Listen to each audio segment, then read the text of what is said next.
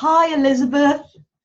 Hello. Thank you so much for joining me. My audience, my little gorgeous audience, have known that I have had a headache now for 3 weeks. And you and Oh I my have been, word. I know, and Oh you and dear I have me. been talking online for quite a while now. And I know a little bit about your background. I know that you're, is it fair to say medical background? You're a pharmacist, but you are Yes, I'm kind of about trained, oils. medically trained, and I'm a pharmacist. That's right. Yeah. Yeah, but you are absolutely passionate about oils and the benefit that they can give you. But what I think is absolutely fascinating is that you're so medically trained and yet you embrace alternative remedies. And that is fantastic. I can't even get a Pilates class into my doctor's surgery because they're too Oh, worried about, yeah. pros and cons and I don't know, being sued or something. So to hear Yeah. your point of view is amazing.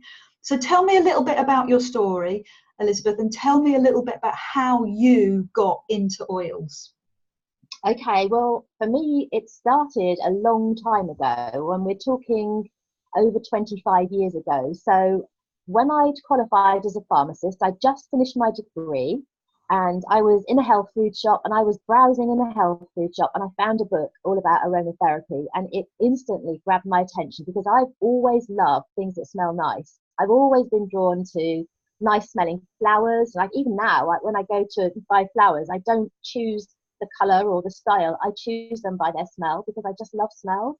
And I'm the kind of person, I always wore perfume and always wanted my clothes to smell nice. So I'm very kind of sensory and, loving smells and aromas. So to read this book about aromatherapy, which is all about being able to heal people and, give them good health through using something that smelled amazing, completely resonated with me all those Wow. years ago. So I read the book in the health food shop. I stood there and I read it literally cover to cover, and I bought myself a load of essential oils. Yeah, I know. It's like hours later, I did make a purchase, but I bought a load of essential oils from this health food shop. I took them home and I used them exactly as the book had said, and they didn't work. They didn't do what the book said. So I became completely disillusioned. I told myself this is why I hadn't been taught about this in my pharmacy degree because they didn't work. I mean, they smelled nice, but they didn't work. And so I dismissed it for probably about 25 years. Then a friend of mine in the playground, one of my mum friends, invited me to an essential oils class. And I must be honest, I declined the first invitation. I said, they don't work, you're kidding yourself. And I didn't go. But another friend of mine had gone and she said to me, Elizabeth, you would have loved that class, you should have gone. So I went to the next one. And she was right. I learned about why my oils that I bought originally from the health food shop hadn't worked. And it's all about purity. Even though I knew from the book I'd read that they needed to be pure, unfortunately, because the essential oil industry isn't so well regulated, there's a lot of adulterated oils available. And quite often, on the high street, even though on the bottles they say 100% pure, when you analyze them, when you chemically analyze the contents of those bottles, you'll find that they have been adulterated, or many of them have been adulterated. And the only way you can tell is by having the contents chemically analyzed. You can't Uh, tell from the smell or the viscosity or even the color. You can't tell unless they're analyzed. And so that's kind of the problem that we have. I think that's fascinating because I've got the same theory about vitamins. Yeah. You know, I Oh, used yeah. I went through a lot of vitamins in my 30s and 40s. I had a long time with infertility and I was trying absolutely everything like for 10 years. And Yeah. I think there are certain, if you go to the high street and you buy vitamins on the high street, there's no point. There's No. absolutely no point because there's Yeah. not enough potency in the vitamin to Yeah. actually do anything. So you need to go to reputable places in order to get the potency and the fact that that they'll work. So why do you think people are becoming more interested? Why has this consciousness become greater in terms of oils? Yeah, do you know, I think it's because we have got these really pure oils available to us now. There are a couple of companies that have emerged and that are producing. It's almost like a new generation of oils. They really are taking a lot of care in extracting the essential oils from the plant. And by the way, an essential oil is like the plant's immune system. So we're taking out of the plant what helps to protect that plant from, you know, viruses and environmental threats and whatever.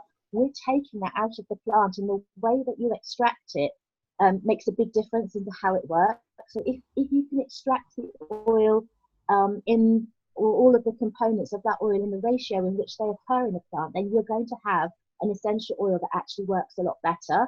And I know some of the other companies will add things into that oil. So for example, essential oil of peppermint is predominantly menthol. There's a chemical compound in there called menthol.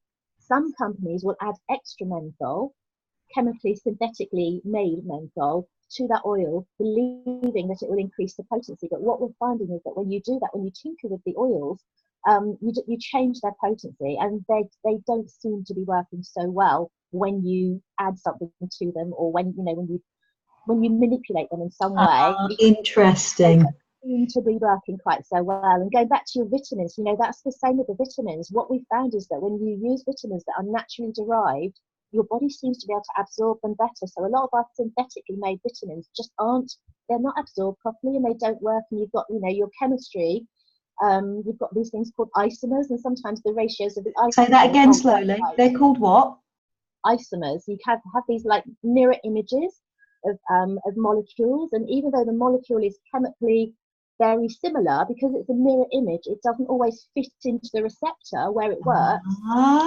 So it's, you know, there's a lot of chemistry, and this is where I love this, because obviously having the chemistry and the knowledge, and, you know, being able to apply this to essential oils, it's one of those kind of like things, that geeky things that I absolutely love. You know, I love the chemistry behind them as well, and I love the research. That's the other thing. There's so much research now that is coming out with the essential oils, and a lot of this research is being undertaken by the company doTERRA, which are the oils that I use. And, you know, part of that is because they have medics on their company board, and they completely understand that the only way you're going to get essential oils into our healthcare system is to have good quality research. And this means good quality trials, you know, in the same way that we have good quality pharmaceutical studies. They understand that we need that in medicine to be able to actually, you know, convince medical professionals that there is. So there are a couple of companies out there that have got that level. Would you, I mean, I'll put them on the notes at the bottom, but tell me what they are. Well, the company that I use is called doTERRA. And at the moment, doTERRA are the market leaders. They Can you spell that for me? Can I spell it? Yeah, it's DOTERRA. Can you see? There's the bottle. Ah, brilliant. That's a doTERRA and bottle. they're the best on the market, are they? So how have they helped you? How have they helped you personally? Yeah, well, they have loads of things. I mean, I'm lucky that I don't have any kind of like major ailments, but just simple things. For example, with sleep and stress.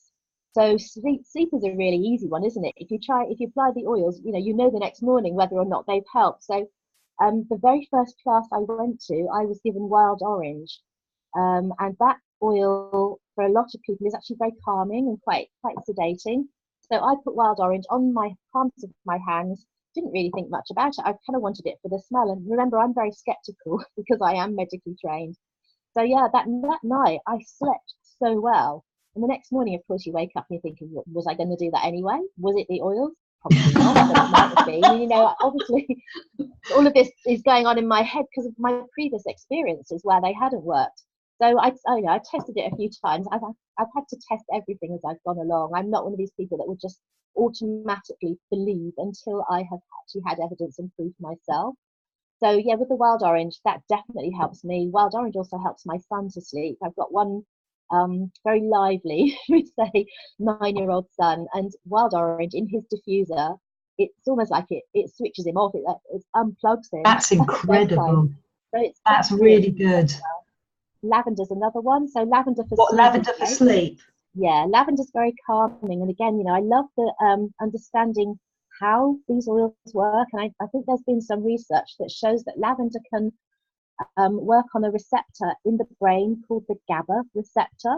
Now, GABA is an inhibitory receptor. So if you stimulate that receptor, it calms things down. Right. So it kind of makes sense to me. That's why lavender would be working. just out of interest, again, this is the pharmacist in me, the benzodiazepines, those are medicines that sedate, things like temazepam and diazepam, they also work on the GABA receptor. They lock onto that receptor for longer because, you know, they're chemical and they don't get metabolized so quickly.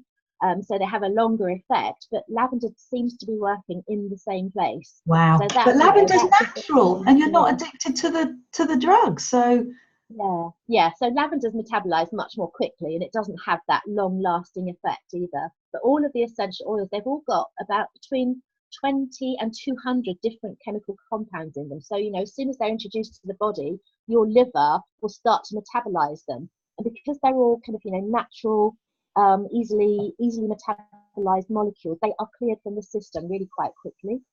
So they don't seem to have long lasting effects like some medicines can have. Yes, which is really important. So, I mean, I've had a headache for 3 weeks. It could be menopausal, you know, low grade migraine. It could be viral, you know, it could be something I've just picked up, or I'm convinced it's this. I'm absolutely convinced it's tension in my neck and shoulders from being on the computer. So how would I deal with that? Well, there's lots of things you can do. I mean, as you alluded, there's a lot of different causes. And, you know, with natural medicine, what we try to do is to go back to the root of the cause. I think I could say quite safely that mostly prescription medicine, we tend to treat the symptoms. We don't often go for the cause. But with natural medicines, you're looking very much for the cause. So I've had a lot of people with migraines, and your migraines is a really interesting one for me because, again, there's lots and lots of different reasons. It could be hormonal, you're absolutely right. And if it is hormonal, then what I would do is use essential oils that help to balance the hormones and help to stop those kind of, you know, fluctuations that unfortunately as females go through on a monthly basis. Our hormones levels go up and down, and that can sometimes bring symptoms with it. So if it was something that was hormonally related, I would be looking at balancing hormones. If it's tension and stress, then there are essential oils that you can massage into the neck to kind of help to release the tension. So if you hold your neck very tensely, that can sometimes kind of, you know, create strain and pressure. Well, I'm convinced it's gone like that. I think it's pulling right over onto the front of my head.